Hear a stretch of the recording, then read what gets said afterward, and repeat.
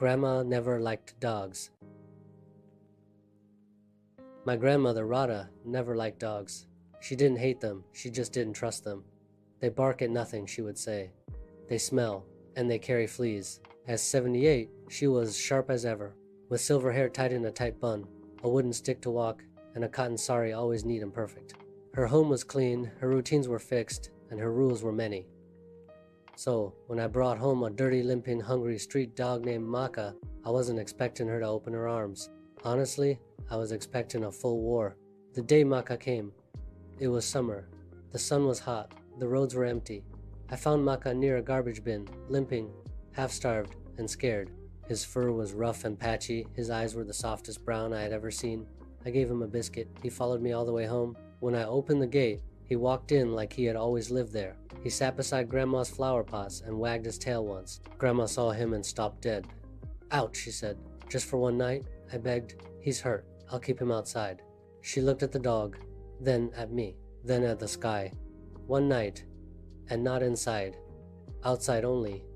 It was a start, a dog with rules. That first night, Maka slept in the veranda. I made him a little bed and gave him water and some leftover rice. Grandma watched through the window. "If he pees near my plants, he's gone," she warned. Over the next few days, Maka was quiet. He didn't bark, he didn't chew, he didn't chase anything. He just stayed near me or lay in the sundae. Slowly, Grandma noticed. "He's not like other dogs," she muttered one day. The next morning, I found her giving him a small piece of roti. "Just scraps," she said quickly. "I'm not getting attached." But I saw it. Something had begun to change. Rules began to break. Maka followed her everywhere like a small, silent shadow. She still scolded him. No licking, no jumping, no coming into the kitchen, but she started talking to him. "Why do you walk like a tired goat?" she'd ask.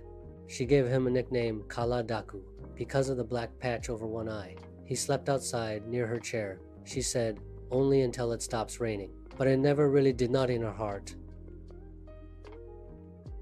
Quiet love one night, during a storm, Maka disappeared.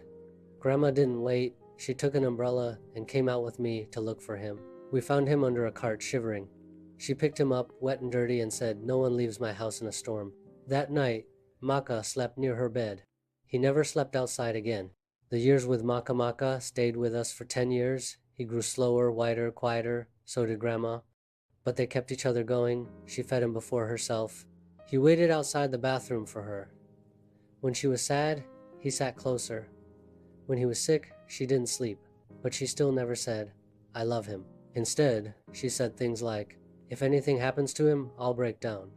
Which, for her, was the same thing. Lost Maka died one winter morning. Peacefully, in his sleep, at her feet. Grandma sat beside him, holding his paw, not crying, just whispering things I couldn't hear. We buried him under the gulmohar tree. She placed his blanket there. She didn't eat much for days, but every morning she still looked at the spot where he used to sleep. The diary, a month later, I found a notebook in her cupboard. She had been writing thoughts. Maka waited for me, even when I was slow. He didn't ask for love, he earned it. I told myself I didn't love him, but I lied. She had written pages about fear, love, loss, and how dogs change people. I asked her why. She said, "Because no one ever told my kind of story." Then came Lolly. One day we heard crying near the gate, a small brown puppy, scared, shaking. I waited for Grandma to say no. Instead, she brought milk. "Just for tonight," she said. We named her Lolly. Lolly, the Hurricane Lolly, was wild. She bit slippers, chased butterflies, barked at everything. Grandma scolded her constantly, but she also laughed more. She stitched Lolly a blanket. She fed her mango pulp.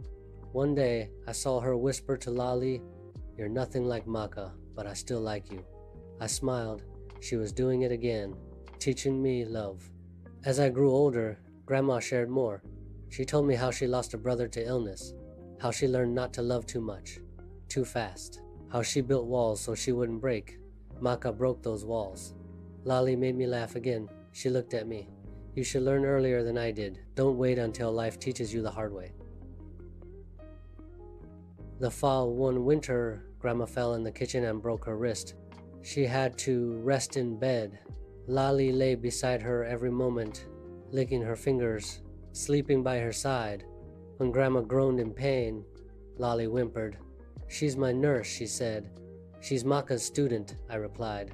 Grandma smiled. He'd be proud. Letters for after. A few months later, I found a letter addressed to me.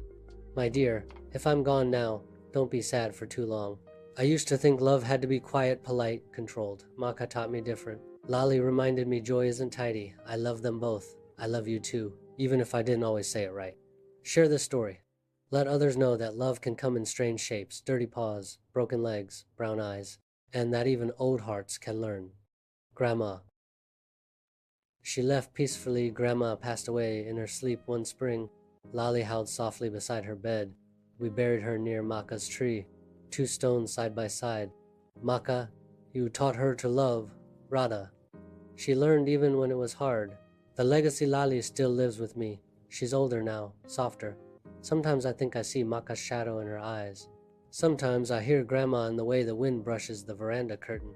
I keep her diary on my desk, and I've added one line to the end. Love is not always perfect, but if it's real, it stays, long after paws stop running and hearts stop beating.